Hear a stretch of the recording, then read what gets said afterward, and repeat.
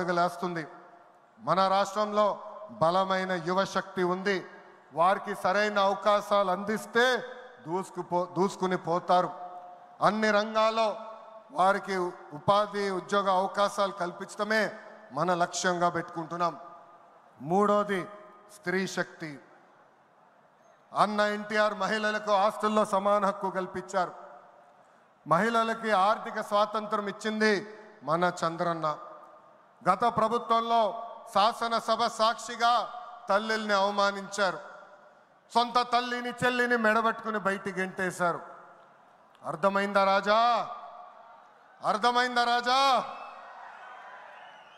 ఉద్యోగ ఉపాధి అవకాశాల్లో మహిళలకు రిజర్వేషన్, మహిళలకు విశ్వవిద్యాలయాలు, దీపం పథకం ఇచ్చింది తెలుగుదేశం. రానున్న రోజుల్లో మహిళల్ని మరింత బలోపేతం చేసి స్త్రీ శక్తి ద్వారా మనం కృషి చేయాలి. పార్టీ పదవుల దగ్గర నుంచి అన్ని రంగాల్లో మహిళల్ని సమానంగా బాధ్యత భద్రత కల్పించాలి. ఈరోజు నేను కొన్ని విషయాలు మీకు చెప్పాలనుకుంటున్నా. చట్టాలు శిక్షల వల్ల సమాజంలో మార్పు రాదు. సమాజంలో మార్పు రావాలంటే మన ఇంట్లో మార్పు మొదలవ్వాలి. ఇప్పుడు కూడా మనం కొన్ని పదాలు వాడతాం. గాజులు తొడుకున్నావా, చీరలు కట్టుకున్నావా, ఆడపిల్లగా ఏడవద్దు, ఇలాంటి పదాలు మనం మానేయాలి. అప్పుడే మనం ఆశించిన మార్పు సమాజంలో వస్తుంది. నేను ప్రతిపక్షంలో ఉన్నప్పుడు ఆనాడు ఒక మహిళా మంత్రి నాకు చీర గాజులు పెడతానని చెప్పారు.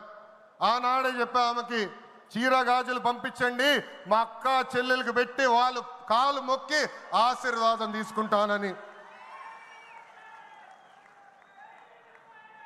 నాలుగోది పేదల సేవల్లో సోషల్ రీఇంజనీరింగ్. పేదరికం లేని సమాజం తెలుగుదేశం పార్టీ లక్ష్యం. 2 రూపాయలకే కిలో బియ్యం, జంతా వస్త్రాలు, పక్కా ఇల్లు, పెన్షన్ ఇచ్చింది అన్న ఎన్టీఆర్. చాలని పెన్షన్ 5 రెట్లు పెంచారు. 200 రూపాయల నుంచి 1000 రూపాయలు చేశాం. ఒకే సంతకంలో 1000 రూపాయల పెన్షన్ని 2000 చేశాం. ఇప్పుడు ఏకంగా భారతదేశంలో ఏ రాష్ట్రంలో ఇవ్వని విధంగా 4000 రూపాయల పెన్షన్ మన చంద్రన్న అందిస్తున్నారు. ఇంతేకాదు డ్వాక్రా, దీపం, అన్న క్యాంటీన్ ఇచ్చింది మన చంద్రన్న. భారతదేశంలో ఏ నాయకుడు సాహసం చేయలా, కానీ మన నాయకుడు చంద్రన్న సాహసం చేసి ఎన్ని ఆర్థిక ఇబ్బందులున్నా ఇచ్చిన బాబు సూపర్ 6 హామీ నిలబెట్టుకునేందుకు ముందలికి అడుగులేస్తున్నారు. మన ప్రభుత్వ అధికారులకు వచ్చిన వెంటనే పెన్షన్ పెంచాం. మూసేసిన అన్న క్యాంటీన్లు తిరిగి ప్రారంభించాం. మెగా డిఎస్సి ఏర్పాటు చేశాం. వచ్చే నెలలో తల్లికి వందనం ఇస్తున్నాం.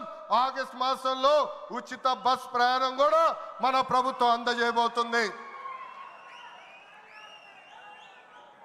ఇప్పుడు ఏకంగా P4 కాన్సెప్ట్తో పేదరికం నుంచి కుటుంబాలు బయటికి తీసుకొచ్చేందుకు చేయూత అందిస్తున్నారు మన చంద్రన్న. తెలుగుదేశం పార్టీ ఆవిర్భావం తర్వాత బడుగు బలహీన వర్గాలకి ఆర్థిక రాజకీయ స్వాతంత్రం వచ్చింది. పార్టీకి పునాదిగా ఉన్న మన బీసీలకి ఏకంగా స్థానిక సంస్థల ఎన్నికల్లో 33% రిజర్వేషన్ అందించింది తెలుగుదేశం పార్టీ. అందరికీ ఆమోదంతో ఏకంగా వర్గీకరణ చేసింది కూడా తెలుగుదేశం పార్టీ. అందుకే ప్రతి వర్గానికి న్యాయం చేయాలి, సోషల్ రీఇంజనీరింగ్ చేయాలనే లక్ష్యంగా మనందరం పెట్టుకోవాల్సిన అవసరం ఉంది. ప్రస్తుత పరిస్థితుల్లో అన్ని కులాలకు సామాజిక సమన్వయం కూడా అవసరం ఉంది. ఐదోది అన్నదాతకు అండగా. రైతులు లేకపోతే సమాజమే లేదు. ఈ సిద్ధాంతం బలంగా నమ్మే పార్టీ తెలుగుదేశం పార్టీ. అన్న ఎన్టీఆర్ గారి దగ్గర నుంచి మన చంద్రన్న వరకు రైతుల జీవితాలు మార్చేందుకు కృషి చేశారు. డ్రిప్ ఇరిగేషన్ దగ్గర నుంచి ఇరిగేషన్ ప్రాజెక్టుల వరకు, సబ్సిడీ, హార్టికల్చర్ వరకు ప్రోత్సహించింది తెలుగుదేశం. ఈరోజు మనం ఆక్వా, పామాయిల్, కోకో రంగంలో మనం నంబర్ 1 ఉన్నాం. మామిడి, జీడి పంటల్లో 2వ స్థానంలో ఉన్నాం. దీనికి కారణం తెలుగుదేశం పార్టీ. అన్నదాతకు తెలుగుదేశం ఎప్పుడు అండగా ఉంటుంది. పొగాకు, కొక్కో, మిరప ధరలు పడిపోతే ఏకంగా గిట్టుబాటు ధర ప్రకటించిన నాయకుడు మన నాయకుడు చంద్రబాబు నాయుడు గారు. బంగారం లాంటి భూములు మన రాష్ట్రంలో ఉన్నాయి. వ్యవసాయం కరెక్ట్గా ప్రమోట్ చేస్తే బంగారం పండించే శక్తి మన రైతుల దగ్గర ఉంది. అందుకే అన్నదాతకు అండగా అనే విధానాన్ని మనం అమలు చేయాలి. ఆ రోజు నాకు మనసుకు దగ్గర ఉండేది కార్యకర్తలే అధినేత. ఒక అంజిరెడ్డి తాత, ఒక మంజుల, ఒక తోట చంద్రయ్య నాకు స్ఫూర్తి. ఆనాడు పొంగనూరు నియోజకవర్గంలో అంజిరెడ్డి తాత స్థానిక సంస్థ ఎన్నికల్లో నామినేషన్ వేసేదానికి వెళ్తే ఆనాటి పాలకులు అడ్డం తిరిగారు. తొడగొట్టి మీసాలు మిలేసి రండి నేను నామినేషన్ వేసి చూపిస్తానని చెప్పారు మన అంజిరెడ్డి తాత. బూత్లో రిగ్గింగ్ జరుగుతుందని బూత్కి వెళ్ళి కూర్చుంది మంజుల.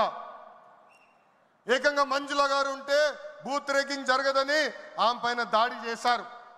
రక్తం గారుతున్నా భయపడలేదు. చివరి ఓటు పడే వరకు, ఈవీఎం బాక్స్ కి తాళం వేసే వరకు ఆ బూత్ లో నిలబడింది మన అక్క మంజుల. ఇంకా తోట చంద్రయ్య గారి గురించి ఎంత చెప్పినా తక్కువే. మనందరం చూసాం, నడివీధిలో ఆనాటి పాలకులు తరిమి తరిమి కొట్టారు. ఏకంగా డివైడర్ పెట్టి కత్తిని గొంతుకు పెట్టారు. ఒక్కసారి వాళ్ళ నాయకుడికి జై చెప్పమంటే జై తెలుగుదేశం, జై చంద్రబాబు నాయుడు అని చెప్పి ప్రాణాలు పోగొట్టుకున్నాడు తోట చంద్రయ్య. ఈరోజు నేను ఈ సభాముఖంగా గర్వంగా చెప్తున్నా, ఆంధ్ర రాష్ట్రంలో ఎప్పుడు జరిగిన విధంగా తోట చంద్రయ్య కొడుకు కూడా ఈరోజు మన ప్రభుత్వ ఉద్యోగం ఇచ్చింది. అందుకే తెలుగుదేశం పార్టీలో కార్యకర్తలే మన అధినేత. ఈరోజు మేమందరం ఈ వేదిక మీద నుంచున్నామంటే దానికి కారణం తెలుగుదేశం పార్టీ కార్యకర్త చెమట.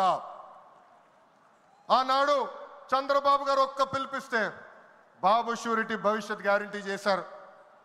నేను ఆనాడు నియోజకవర్గానికి వచ్చి మాట్లాడా, శంకరావం చేయాలి, ప్రతి గడప తొక్కాలంటే మీరందరూ తొక్కారు. అందుకే కార్యకర్తలందరూ చెప్తున్నా, నాయకుల చుట్టూ తిరుగుతాం కాదు, ప్రజల చుట్టూ తిరగండి, మిమ్మల్ని ఎత్తుక్కుంటా వస్తుంది ఈ తెలుగుదేశం పార్టీ. కార్యకర్తలే తెలుగుదేశం పార్టీ బలగం. దేశంలో ఏ ప్రాంతీయ పార్టీకి లేని విధంగా 1 కోటి మంది సభ్యత్వం, 1 కోటి మంది కుటుంబ సభ్యులు ఒక తెలుగుదేశం పార్టీకే సొంతం. పార్టీ ఆవిర్భావం నుంచి కార్యకర్తలకు అండగా నిలబడింది తెలుగుదేశం పార్టీ. నేను అనేక సార్లు చెప్పా, 2004లో ఆనాటి కాంగ్రెస్ పాలకులు అనంతపూర్ జిల్లాలో ఒక్కొక్క కార్యకర్తను చంపేస్తున్నారు. అది చూసి చంద్రబాబు నాయుడు గారు వాళ్ళ పిల్లలు ఫ్యాక్షన్లోకి వెళ్ళకూడదని ఏకంగా గండిపేటలో ఎన్టీఆర్ మోడల్ స్కూల్ ఏర్పాటు చేశారు. నాతో కన్నా కార్యకర్తల పిల్లలతో ఎక్కువ సమయం ఆయన గడిపారు. ఆనాడే ఆయన అడిగాను, ఇది న్యాయమా, నాతో సమయం గడపాలి కదా అని. ఆయన ఒకటే అన్నారు, ఆ పిల్లలకి తల్లిదండ్రులు లేరు, ఫ్యాక్షన్ దాడిలో చంపేశారు, వాళ్ళ కళ్ళల ముందర చంపేశారు, వాళ్ళకు ఒక తండ్రిగా నేను నిలబడాలి, అది నా బాధ్యత అని చెప్పిన వ్యక్తి చంద్రబాబు నాయుడు గారు. యువగలం పాదయాత్రలను కలిసా, వాళ్ళ కష్టాలు నేరుగా నేను చూసా. చంద్రబాబు నాయుడు గారు చేసిన సేవ ఆ పిల్లలు ఈరోజు కూడా మర్చిపోవట్లేదు. కార్యకర్తల కష్టం వస్తే మొదటిగా స్పందించిన పార్టీ తెలుగుదేశం పార్టీ. అలాంటి కార్యకర్తలకి అనేక సంక్షేమ కార్యక్రమాలు చేస్తున్నాం. 5 లక్షల రూపాయలు ప్రమాద బీమా, విద్య, వైద్యం, ఉపాధి కూడా కల్పిస్తున్నాం. జాతీయ అధ్యక్షుల పిలుపు మేరకు అలాంటి కార్యకర్తలు ఆదుకునేదానికి, వాళ్ళ సొంత కాలుపై నిలబడడానికి, వాళ్ళకి ఆర్థిక స్వాతంత్రం వచ్చేదానికి ఒక ప్రణాళిక కూడా మేము రూపొందిస్తున్నాం. ఈ 6 శాసనాలు